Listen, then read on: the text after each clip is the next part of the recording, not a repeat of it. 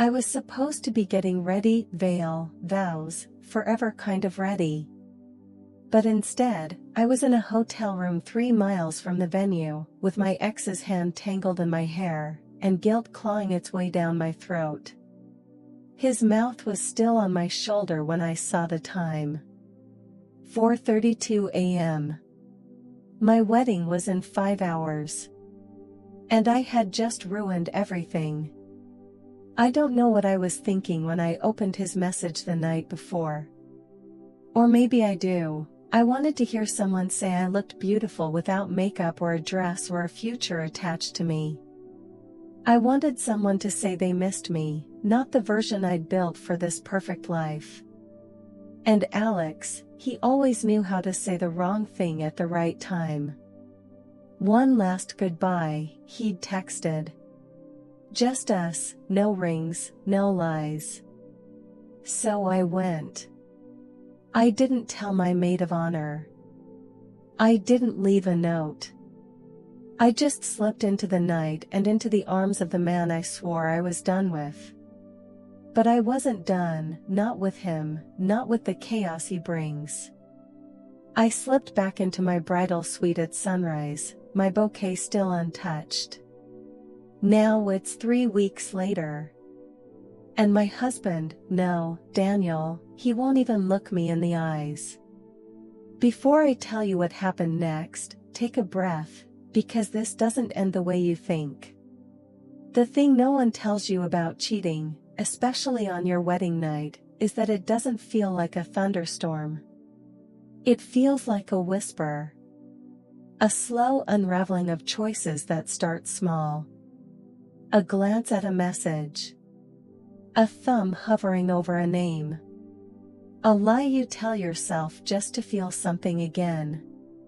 It starts quiet, until suddenly everything is loud.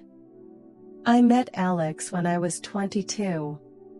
He was wild, sarcastic, messy in every way a person could be, and I loved it. He made me feel alive, like I was dancing barefoot on the edge of a rooftop and didn't care if I fell. But he also made me feel small. Like I was just another girl orbiting his chaos. Our relationship ended 3 years ago after I found out he cheated, not once, but 3 times, each with girls who didn't even know my name. I left him with nothing but a voicemail. Blocked, deleted, done. Then Daniel came into my life, calm, kind, the kind of man who asked how my day was and actually waited for the answer. He planned dates. He remembered anniversaries. He made me feel safe. And somewhere along the way, I confused safe with boring. I never said that out loud, but I felt it, in the silences, in the longing glances at my phone late at night when I couldn't sleep, wondering if Alex ever thought about me. The night before my wedding, I got that answer. The message was simple. Are you happy? 3 words. No hello, no apology, just that. I stared at it for an hour. I was in the bridal suite, alone. My friends had gone to their rooms. Daniel had already texted goodnight, saying he couldn't wait to see me walk down the aisle.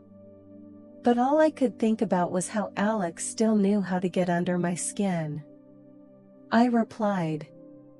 I shouldn't have. But I did. Why are you asking me this now? He said he was nearby. That he never stopped loving me. That he knew he ruined everything, but if I still thought about him, even for a second, then I owed myself one last moment of truth. So I snuck out. I lied to my maid of honor. Said I needed a walk.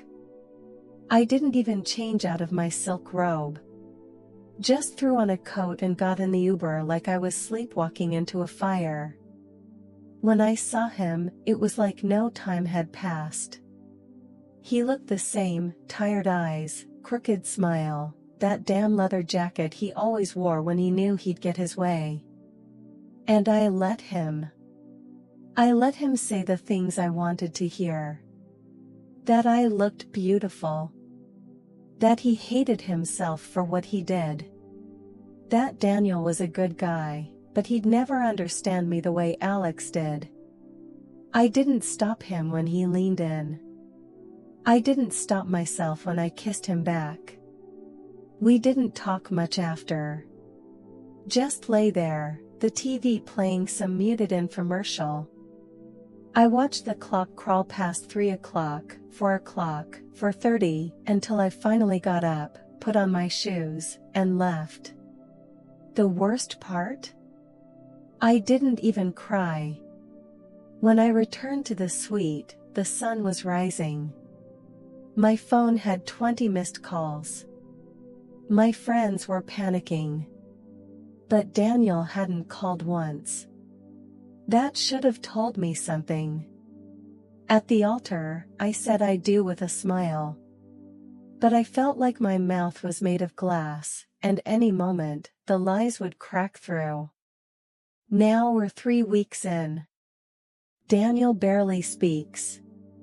He sleeps on the edge of the bed like he's afraid to touch me.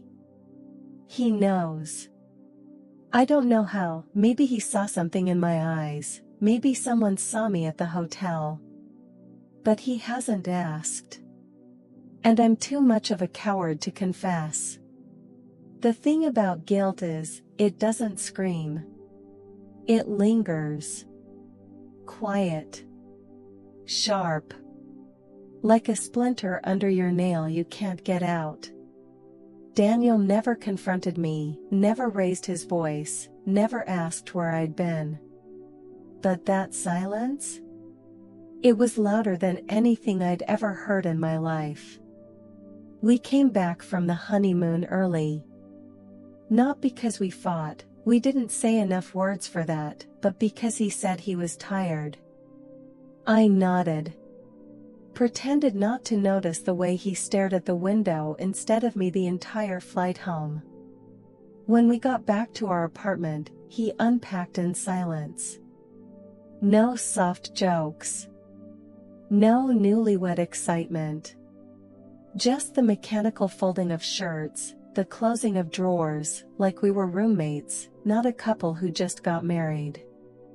I tried to fix it in small ways. Made his favorite breakfast. Left notes in his work bag. Wore the dress he once said made him want to propose. But none of it worked. His smile didn't reach his eyes. His hands didn't reach for me. At night, I lay awake pretending to sleep while he scrolled endlessly, his back turned. One night, I finally asked, "Are you okay?" He didn't even look at me. Just said, "Are you?" I opened my mouth. Closed it. I wanted to tell him everything. That it was a mistake. That I didn't plan it. That I didn't even want it, not really, that I just needed to feel something before the biggest decision of my life. But the words didn't come out. He turned the light off. The next morning, I found my wedding ring on the bathroom sink. His was still on his finger, but that little gesture, it gutted me. Like he was letting me know he still wore the symbol, but I hadn't earned mine. Days turned to weeks. I tried to be the perfect wife. Grocery lists, laundry folded into neat piles, dinners set out like magazine spreads. But he barely touched the food.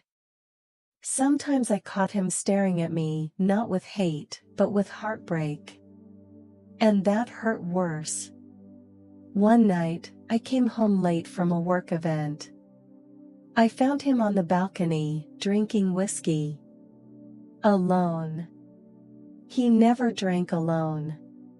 "Do you love him?" he asked quietly, not turning around. I froze. "Who?" "You know who." I stepped forward. It was one night. That's not what I asked. I swallowed hard.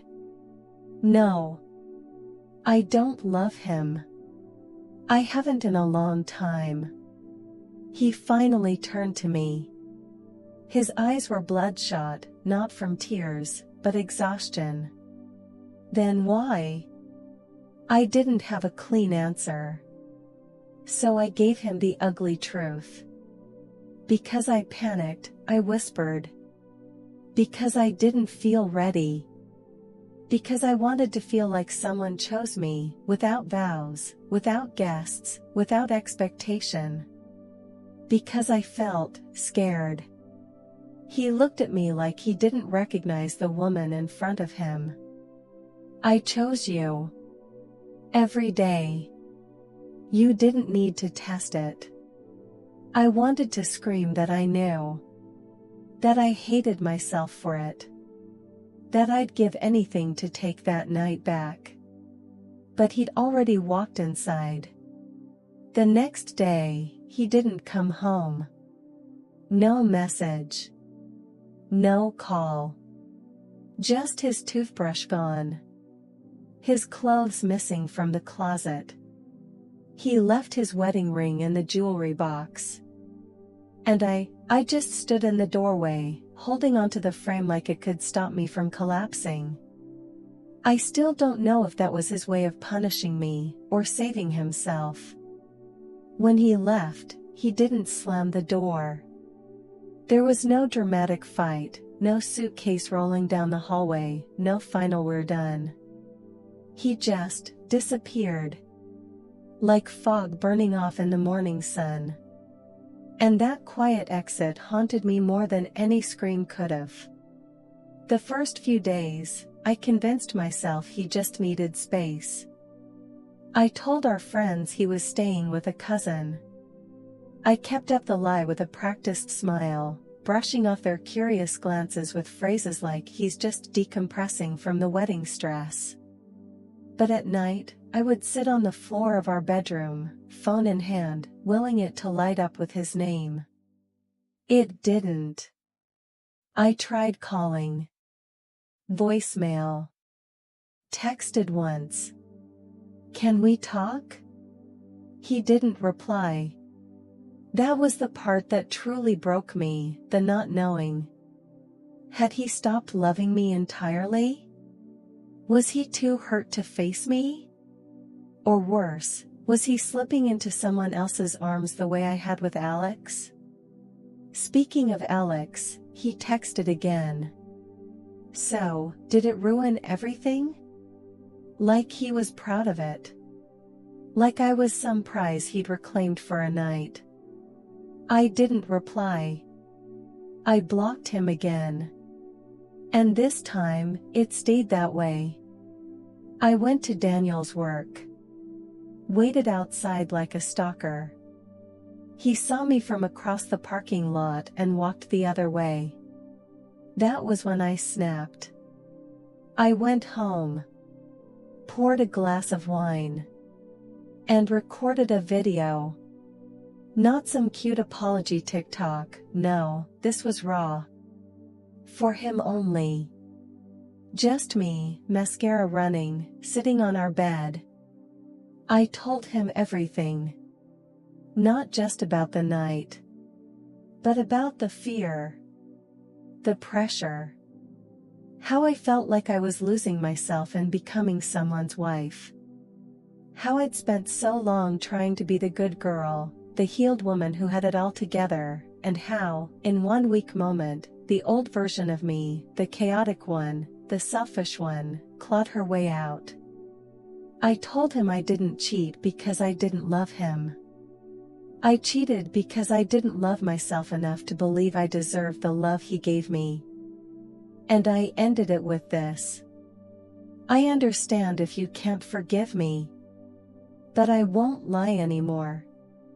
Not to you. Not to me. I'll be here, trying to fix the woman I broke before I broke us. I sent it. Then I cried for 2 hours. He didn't respond that night. Or the next. But on the third day, he came home. I was on the couch. Hair a mess. Wearing his old hoodie. He walked in quietly, no bags, just him. I sat up, heart in my throat.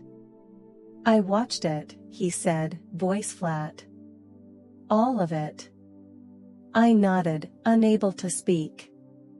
He sat down across from me. Looked me straight in the eye. "I don't know if I can forgive you. But I believe you. And I needed to hear it from that version of you. Not the perfect bride. Not the silent wife. Just you." I felt tears prick again. "I want to work on this," he continued. "But it's going to hurt. And I'm not going to pretend I'm okay when I'm not." "I won't ask you to," I whispered. He looked away. I slept on my brother's couch. Every night I thought about calling you, then got angry all over again. Not because you cheated, but because you didn't trust me enough to be scared with me. You handled your fear alone. And that's what betrayal feels like. I broke then. Fully. Ugly sobs. He didn't come to me. Didn't hold me. But he didn't leave, either. That night, he slept in the guest room. The space between us was full of truth now. And truth, as I've learned, doesn't comfort you, it confronts you. Every night. Every morning. And maybe that's what healing looks like when love isn't perfect, brutal honesty and broken pieces that might one day fit again. It's been 2 months. 2 months of walking on eggshells, not because he asked me to, he never did, but because I didn't trust the ground under my own feet anymore. Every conversation felt like a test. Every smile, a question mark. Every silence, a wound I didn't know how to dress. Daniel still sleeps in the guest room. Most nights, I hear the creak of the hallway at 2 or 3 a.m.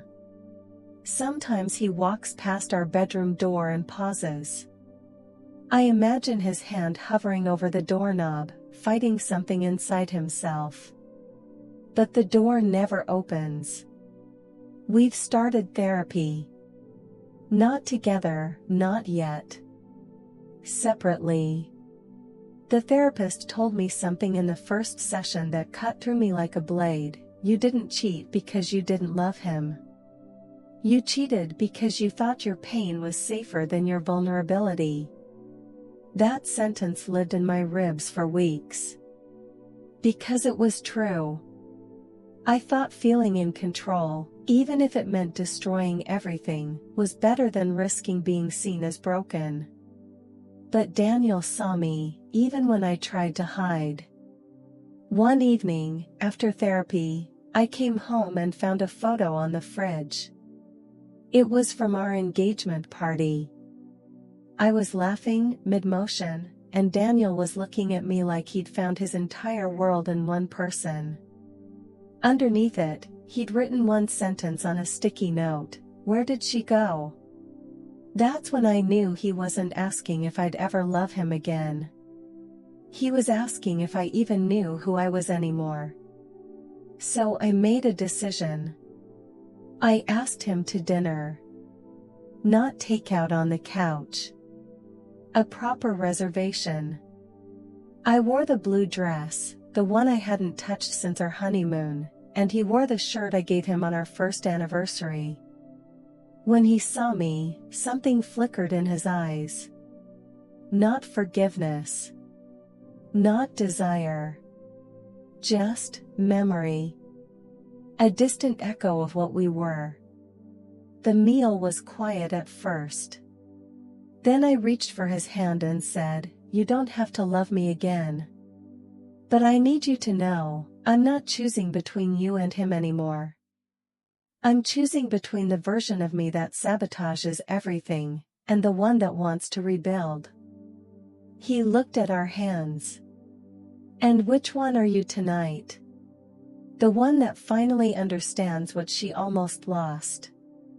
He didn't say anything right away. Just nodded. And for the first time in weeks, he didn't pull his hand away. We didn't go home and make up. There were no violins. No grand declarations. But that night, he moved his pillow from the guest bed back into our bedroom. He didn't sleep next to me. But he slept in the same space. That's something. The truth is, I don't know if we'll make it. Some betrayals build cracks too deep to ever fully fill. Some days, I see it in his eyes, that flicker of doubt, of distance. Other days, we laugh, and I catch a glimpse of the boy who waited at the end of that aisle for me, eyes wide, heart open.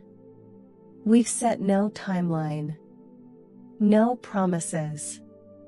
Just one agreement, honesty, no matter how ugly. Because love doesn't survive on fairy tales. It survives on forgiveness. On choice. On the willingness to stay even when everything inside you says run. So here I am. Staying. Owning every piece of the wreckage. Not asking to be the woman he once believed I was, but hoping, maybe, I can become someone better. And if not for him, then finally, for me.